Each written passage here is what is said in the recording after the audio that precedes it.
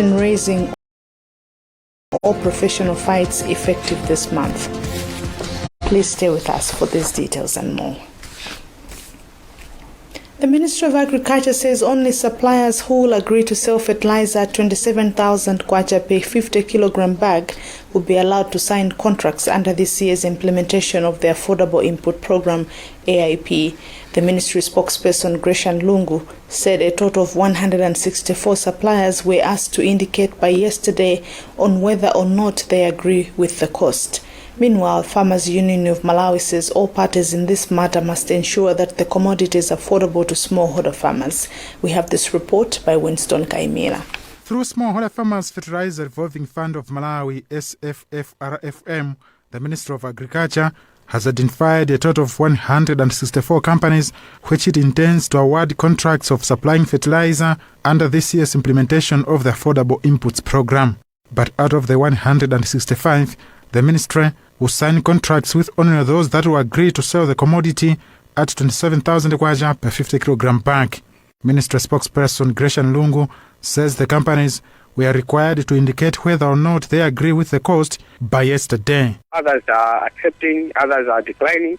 So by end of this week, it's like now we are going to have a list of those who have now accepted to supply the inputs at the price of 27,000 kwacha, as we announced during the press briefing in the last month. President of the Farmers Union of Malawi, Frighton Njolomole, says all parties in this matter must ensure that the commodity is affordable to smallholder farmers. We wish government and the Fertilizer Association of Malawi to reach a concrete agreement. They should actually resolve this in time because the rainy season in some areas have actually started. I understand yesterday, if not 2 days ago, Central Region and Rilongo particularly, they had some rain.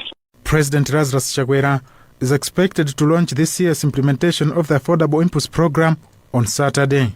This is Winston Kaimira reporting for Zodiak in Lilongwe.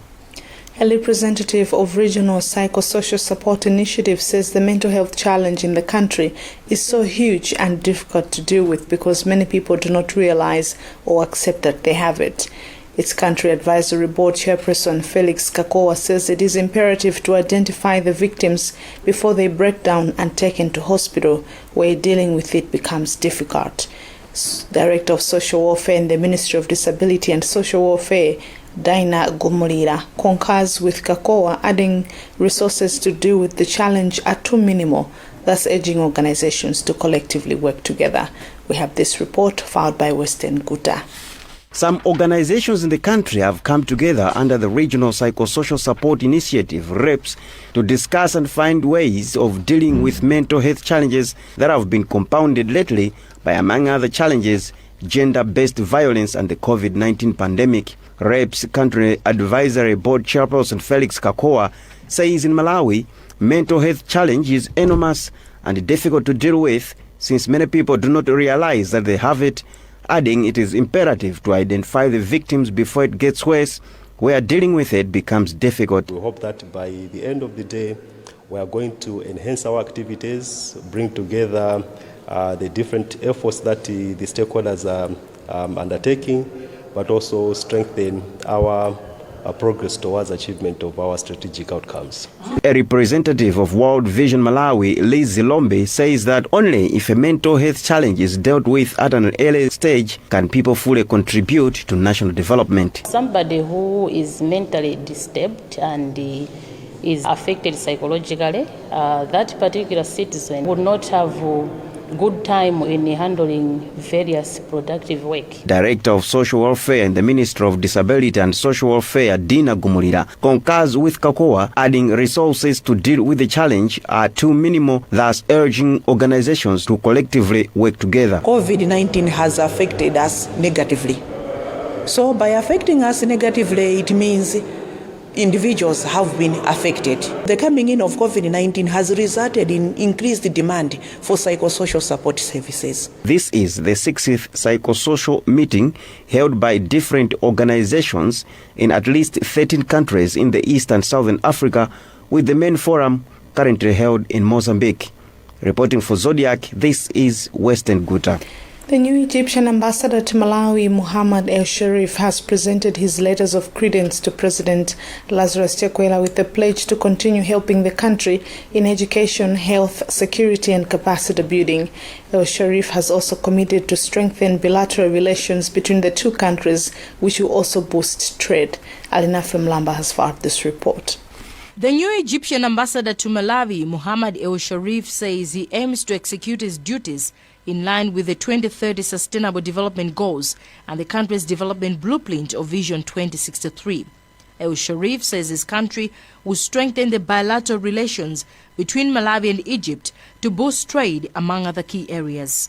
According to El Sharif, his mission is to ensure that the two countries are benefiting not just in trade, but also in sectors of health, education, security and capacity building. The common goals that will help us in the Egyptian embassy and for me personally to work together with my colleagues in the embassy and my colleagues and brothers in the concerned authorities here in Malawi and they're in forefront at the Ministry of Foreign Affairs, how to help both people, the Egyptian people and the Malawian people, to come closer and to achieve their goals of development, security, stability. Ambassador El Sharif has replaced Hassan Ahmad Shauki. The diplomatic relations between Malawi and Egypt dates back to 1964. About 2 billion kwacha has been added as an extra cost in the rehabilitation of the Nsanje Maka Road in Nsanje, moving the budget from the initial 9 to 11 billion kwacha. Roads Fund Administration Chief Executive Officer Stuart Malata says the extra costs are as a result of delayed progress and extension of the road. Habin Jaramano has filed this report. The budget for the Nsanje Maka Road rehabilitation moved from 9 billion kwacha to 11 billion kwacha. Chief Executive Officer for the Roads Fund Administration, Stuart Malata, says this is due to the extension of the road and deadline from November this year to February next year. Malata says government has allocated 70 billion kwacha in this year's national budget to address funding challenges that delay road projects as seen in this project. After the RFA Board of Directors inspected the Nsanje Maka Road project on Wednesday, Malata said they have now fully paid the contractor, CR20, to complete the 25-kilometer road project. There has been commendable progress because a number of challenges that were there have been resolved, particularly with respect to funding. There is sufficient funding.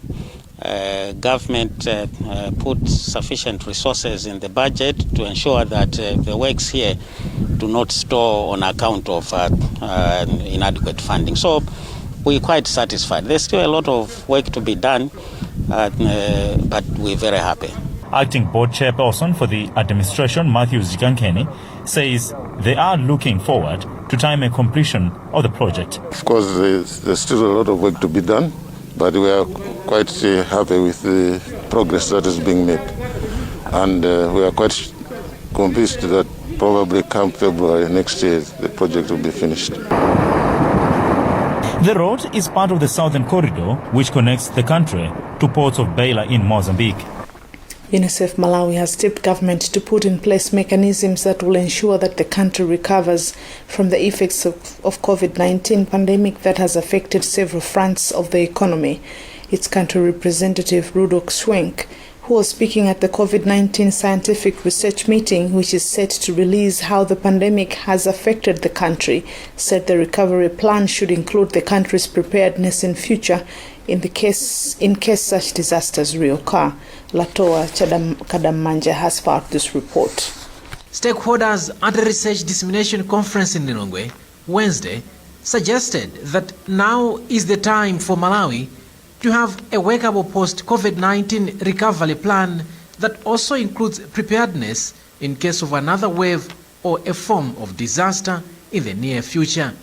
UNICEF country representative Rudolf Schwenk says in the recovery plan, Malawi should ensure that communities bounce back from the shocks of the pandemic. Schwenk says among the plans and strategies, government should ensure that social services are available. In this situation where COVID is still around, so we still have to make sure that we contain the virus, and we have to make sure we help communities and families to recover. And we have to ensure that social services, essential social services, can continue, so that children have access to schools, that people have access to the health systems, that there is enough food for the people, that there will be an economic recovery. Minister of Health, Kumbizeka Ndodo Chibonda, says the findings of the research will improve delivery of services in countries' hospitals and plan ahead in case there is need. We need to have systems which are prepared for any other emergency which might arise. Now we are talking of COVID-19, but you never know what might come next year. Even with COVID-19, we have to be prepared. We have to have that state of readiness. Malawi has cumulatively registered over 61,000 cases of COVID-19. You're watching the news on Zodiak. We'll be back with more.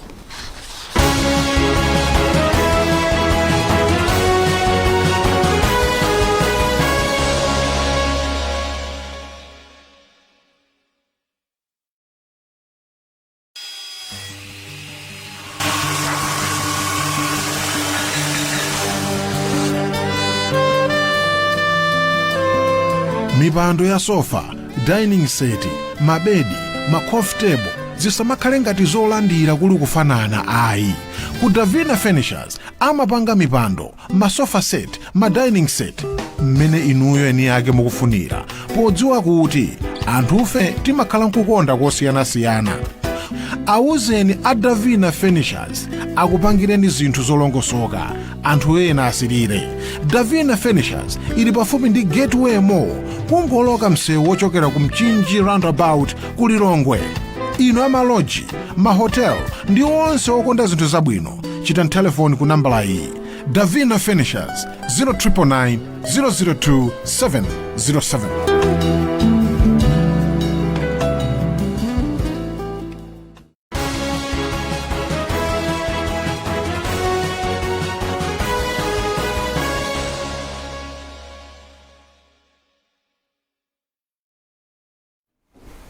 Welcome back. A look at the headlines as we proceed.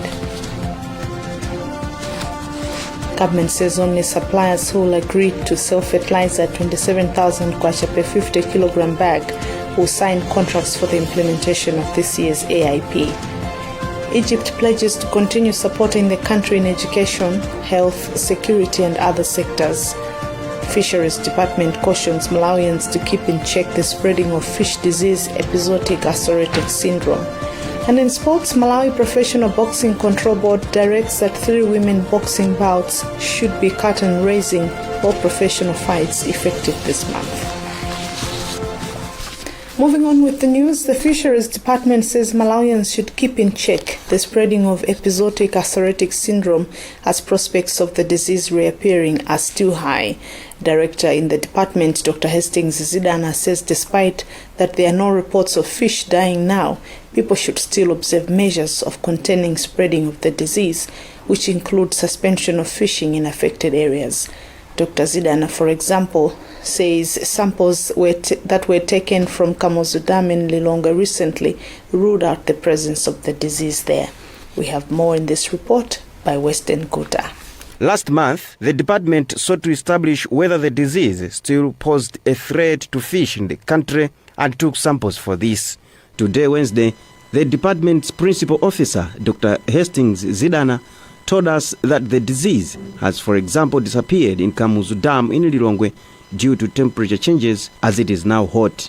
However, Dr. Zidana added there's still a possibility the disease may reappear in future when the temperature falls again, thus appealing to Malawians to continue observing preventive measures, among which is suspending of fishing activities in the affected areas. The temperatures have increased, about 28 degrees, 25 degrees, the disease is suppressed. This disease is a cold-season disease. We cannot say that the moment that we may see the disease coming back or not coming back, because this disease is carried by water and it's caused by the fungal spores. So these fungal spores, they move with water. So now maybe the farmers have moved to the downstream. So maybe come next cold season, maybe we might have instances of this disease in the downstream, not in the upstream. The department is currently sensitizing communities in the affected areas to follow prescribed regulations to avoid the disease.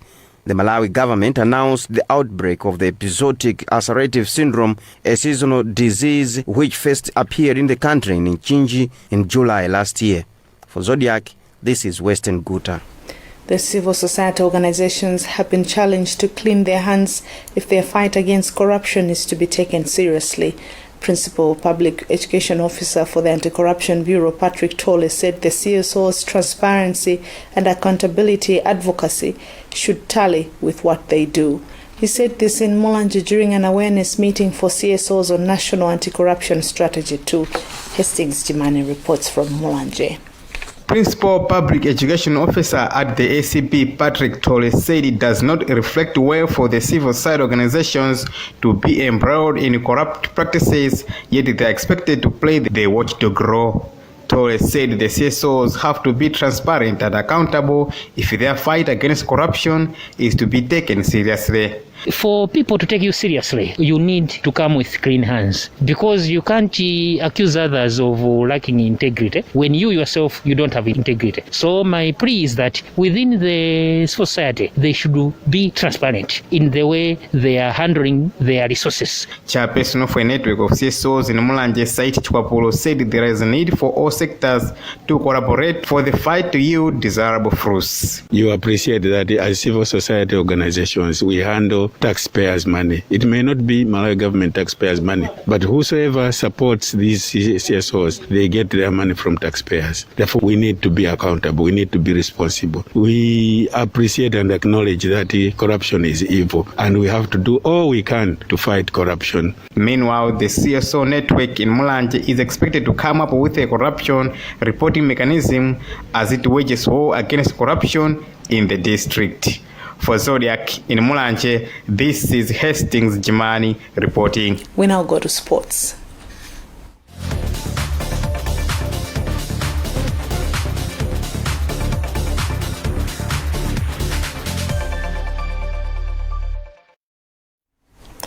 The Malawi Professional Boxing Control Board directs those three women boxing bouts should be curtain-raising or professional fights to attract more women in the sport.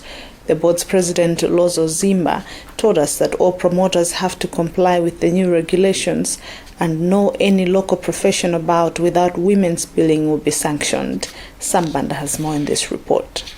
The directive follows a recent report by the World Boxing Council, WBC, which has rated Malawi as one of the countries in Southern Africa that have not made any tangible progress towards the promotion of girls in the sport. During a 2017 convention in Baku, Azerbaijan, the WBC challenged member affiliates to attain at least a 30% threshold for female boxers, but Malawi Professional Boxing Control Board President Defector Lonzo Zimba has admitted a huge shortfall on valid reasons such as COVID-19, financial and equipment constraints, as well as cultural beliefs. Zimba says the decision to direct the billing of at least 3 matches for female boxers at any locally staged professional bout beginning this month is one of the measures of meeting the WBC's demand. We have developed so many female boxers. The only challenge that we have is those upcoming boxers. It's hard for them to showcase so that the people should know and appreciate their talent.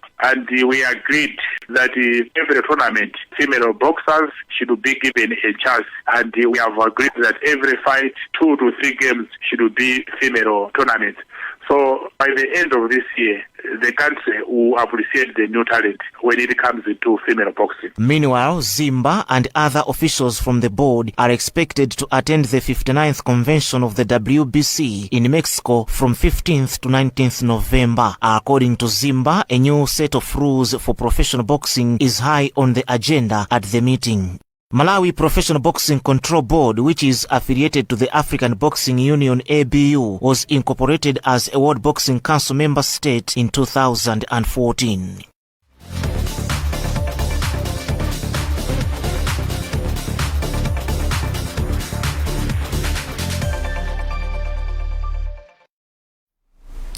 And that's about what we have time for in this news edition. But before we go, a look at the headlines.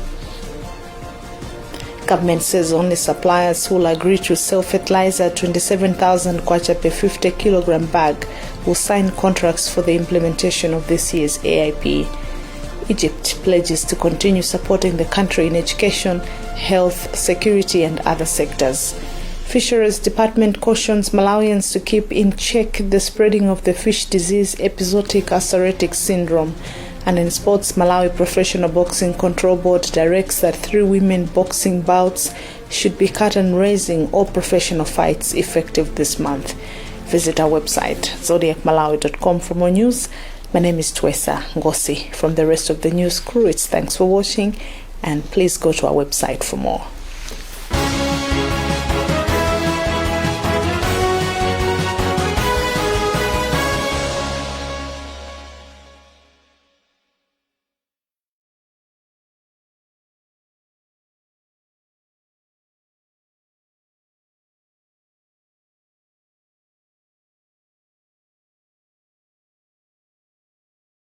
We all start differently, but we can all start